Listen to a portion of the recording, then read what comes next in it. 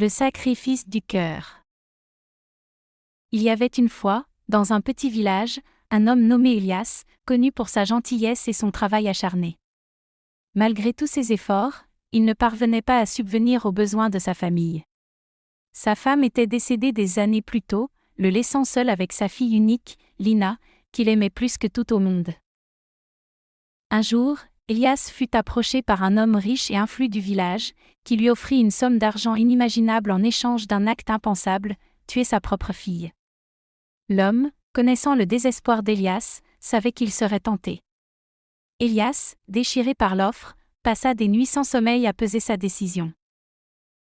Les dettes s'accumulaient, et la faim devenait insupportable.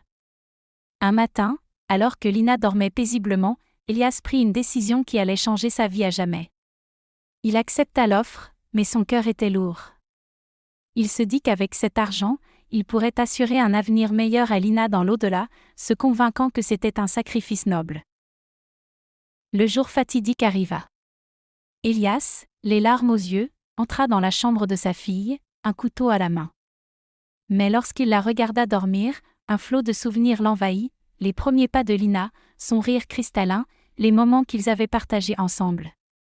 Le poids de ce qu'il s'apprêtait à faire devint insupportable. Il tomba à genoux, le couteau glissant de ses mains. Au même moment, Lina se réveilla et vit son père en pleurs, dévasté. Elle courut vers lui et l'embrassa, ne comprenant pas ce qui se passait. Ce contact, ce simple geste d'amour, arracha Elias à sa folie. Il comprit alors que rien dans ce monde ne valait la vie de sa fille.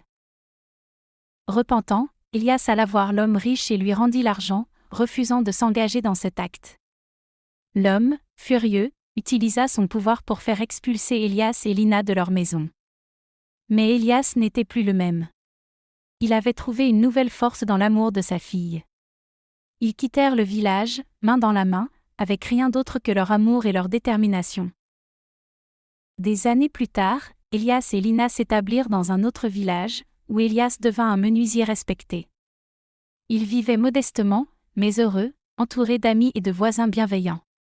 Le sacrifice d'Elias n'était pas d'avoir accepté l'argent, mais d'avoir choisi l'amour et l'intégrité au lieu de la richesse matérielle. Lina grandit, se maria, et eut des enfants.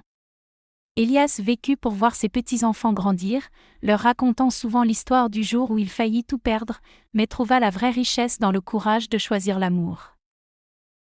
Ainsi, Elias apprit que la pauvreté matérielle n'était rien comparée à la richesse du cœur, et que même dans les moments les plus sombres, l'amour pouvait illuminer le chemin. Abonnez-vous et activez la cloche de notification pour les plus belles histoires.